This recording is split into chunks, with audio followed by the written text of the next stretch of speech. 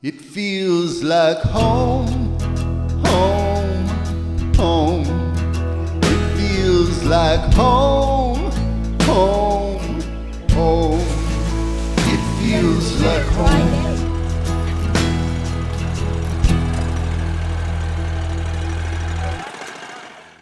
Hey there, friends.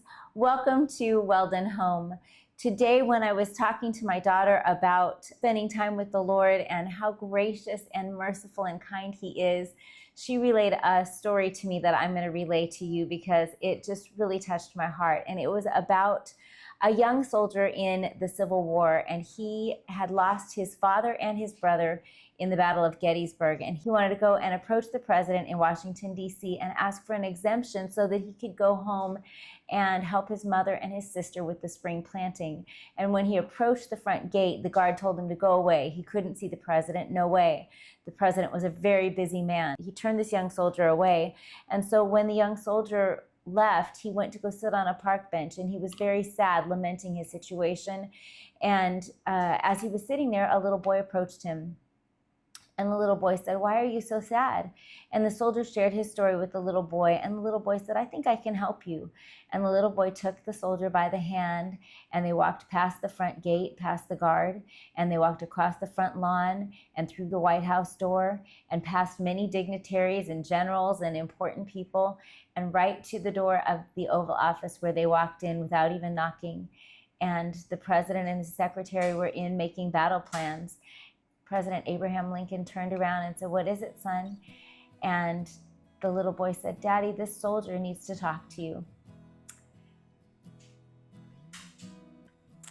And Hebrews 4, verse 16 says, "Let us approach God's throne of grace with confidence, so that we may receive mercy and find grace to help us in our time of need." And so I just want to encourage you today, if you haven't gone to the Lord yet in prayer, or if you've gone to the Lord already in prayer, it's a good time to always just include Him in your thinking, include Him in your decision making, and talk to Him throughout the day. We can approach with confidence because of the grace lavished upon us in Christ.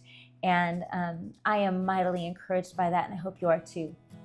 But anyway, today I wanted to share with you my very favorite cake, which is this fresh strawberry cake. And strawberries are in season right now. There are a lot of U-Picks that are open. So if you have one near you, I highly recommend going to get fresh strawberries because they're so much more flavorful than the ones that you can get at the store.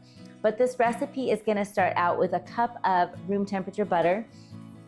And I'm gonna go ahead and just beat that for a second. And then this is not probably the healthiest cake in the wide land. We're gonna use a package of strawberry jello. I know, not the healthiest thing in the world, but this is what makes it strawberry, and it doesn't add much of an artificial strawberry flavor because we're also adding those fresh strawberries. It just kind of enhances the whole thing and keeps the cake moist. And 2 cups of sugar.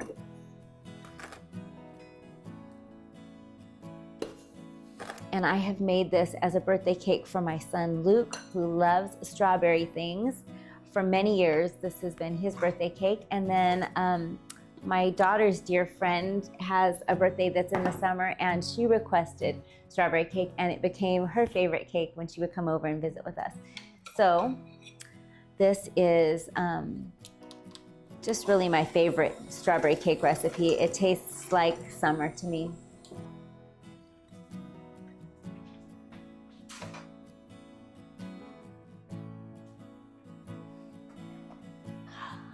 Little bit of coffee.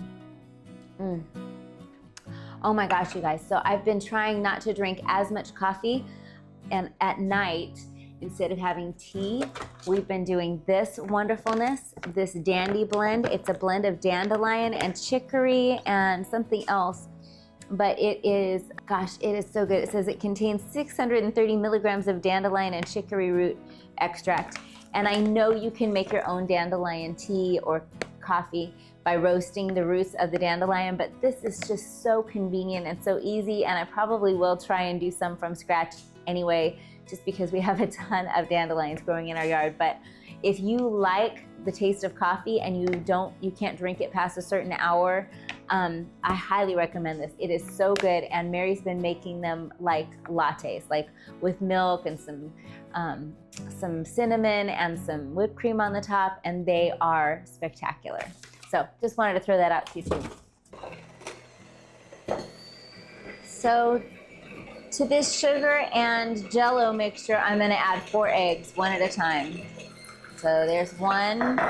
And the reason that you do it one at a time is to make sure that it gets fully emulsified. You also wanna make sure and use room temperature ingredients. These eggs are warm-ish. I put them under warm water.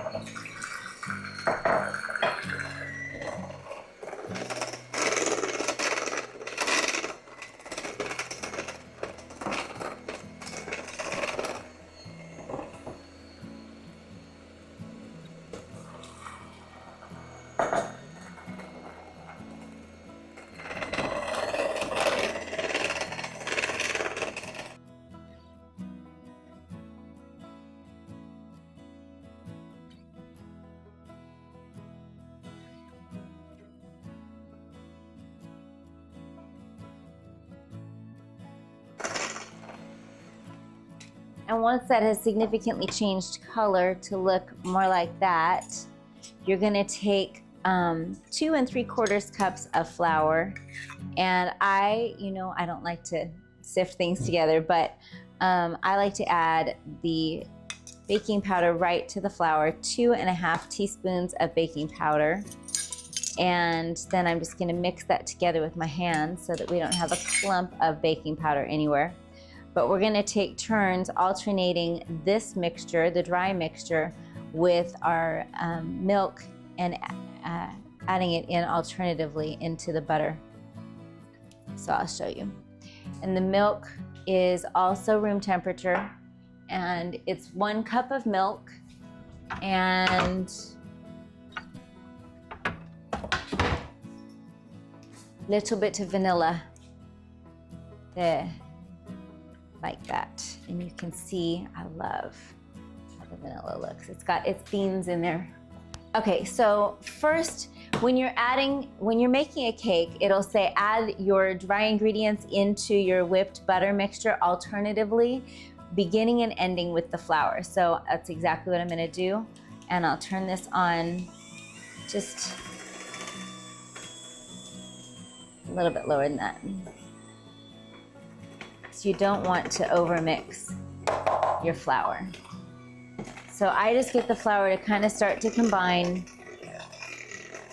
about like that, and then I add about half of my butter or half of my milk.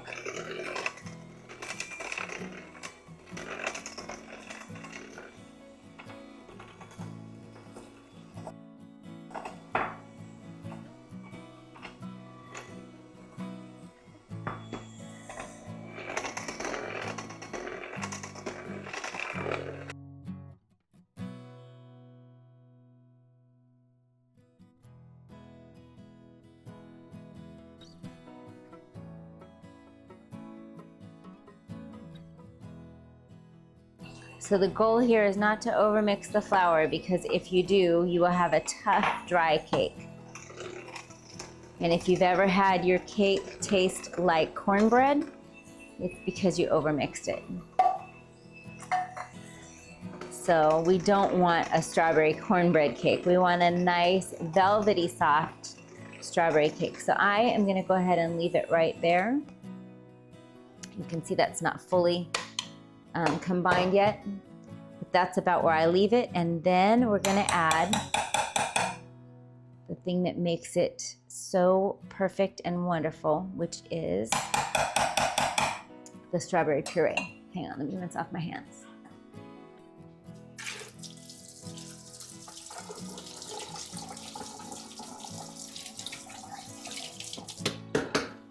The other thing that is truly magically spectacular about this cake is its frosting.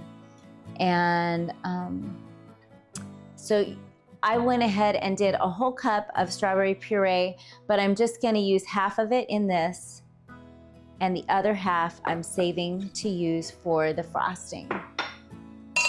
So I'm just gonna stir this in by hand till it is completely combined. But I don't want to overmix anything at this point because all of our flour is in there. Just want to be careful to make it a nice, tender, and moist cake.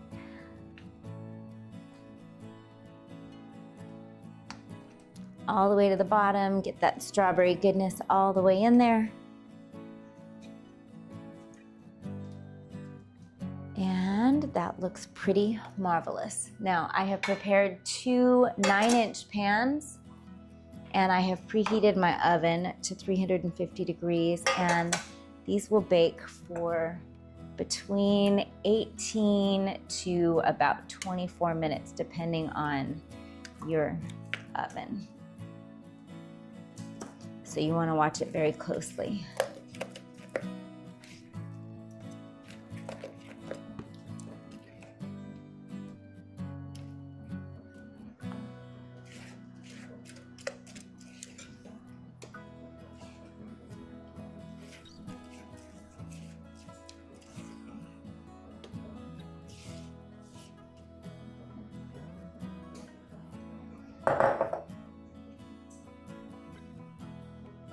And a lot of times people will weigh out their cakes. And if I was doing something like a wedding cake, I surely would. And if I was doing a wedding cake, I would also sift all these ingredients. But since this is just for us, I am not gonna do either of those things. I'm just gonna go ahead and bake it like this. Oh, you guys, I wish I could describe this smell of fresh strawberries, but it really smells like spring. It smells like all the best things of outside, the blossoms and just the tartness and tang of delicious strawberries. So there they are. Wash off my hands again. But you are really going to want to see this frosting recipe. The frosting is my very favorite part, and it has not a secret ingredient, but kind of a bonus ingredient, let's just say, and it really makes it so full of strawberry goodness, you won't want to skip it. So I have a stick of butter and an 8-ounce package of cream cheese, and I'm just getting those to come together. They are both room temperature, and I'm just whipping those together. But you want that to get nice and fluffy. And one of the coolest things about this frosting is this bit right here. And these are freeze-dried strawberries, and I have run them through the food processor to make them very powdered. And you want 25 grams, which is almost an ounce of freeze-dried strawberries. And that is what gives this cake a remarkably fresh strawberry flavor. And then you're gonna add your powdered sugar a little at a time. And this is 3 cups of powdered sugar. And I am someone who always adds salt, but to this particular recipe, I am not going to. It takes away from the fresh strawberry. So that's a good consistency right there, but I'm gonna still add 1 more cup of powdered sugar, and we're gonna add a bit of a reduced strawberry puree. And I forgot to say earlier in the video that your strawberry puree, you should reduce by half. And so I didn't do that in the cake. It's still gonna be delicious, but this part I reduced, so it was the last half. It was the last half of a cup of the strawberry puree, and I reduced it down to about a 1/4 cup. Oh, I love strawberry cake.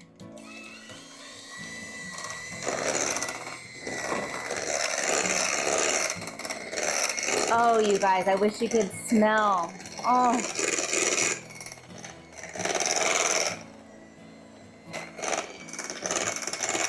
Making me mouth water. Last bit of my 3 cups of powdered sugar. And I don't add any vanilla to this because the strawberry flavor is the star and you really don't need it.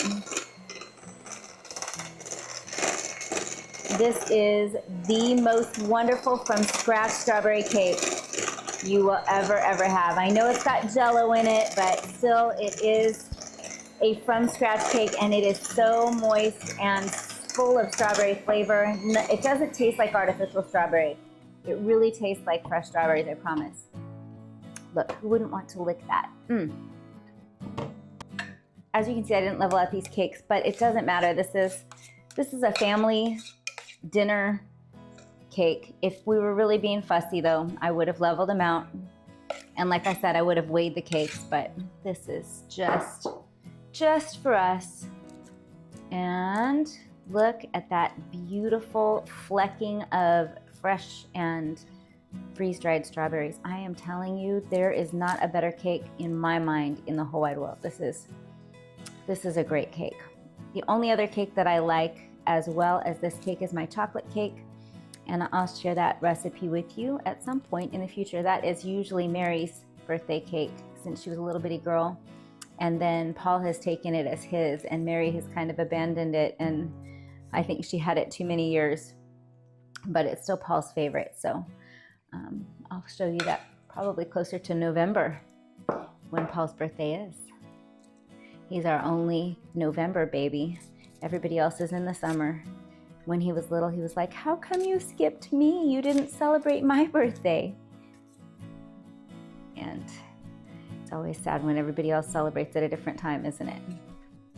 All right, so just get that pretty flat. Like I said, this is not for other people.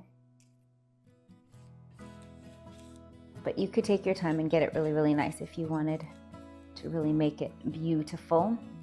And now I'm gonna take this next layer and you wanna make sure that it'll kind of come out as you're pulling on it. Just make sure that it's pretty loose all the way around. This one last little spot. There we go. And then I'm just gonna flip it right on top of the other. If you wonder what your cake tastes like, I always just give a good little taste to this bottom, just to see. And again, if you were doing this for real, you would want to crumb coat it, obviously, and then come back and do this. But we're not doing a crumb coat. We're not doing anything fancy. We're just gonna do this for family dinner, and I'll cut a piece of it and show you what it looks like on the inside once it's all put together.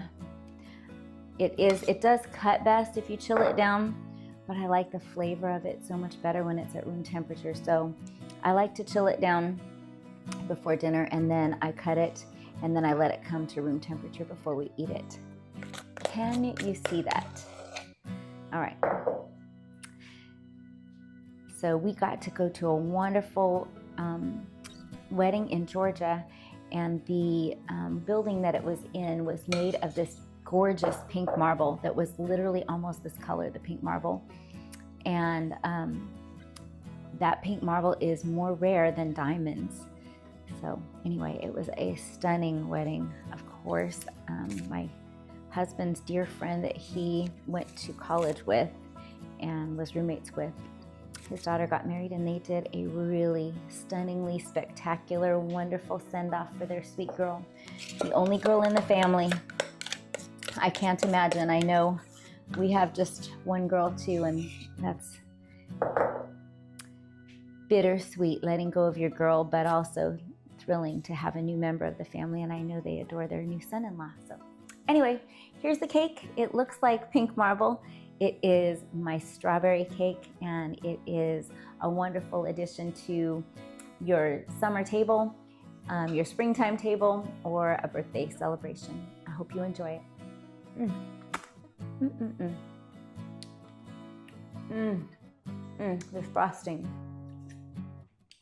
This frosting is so good. Paul, it's not straight on there, so it's not going to photograph well. Just leave it there.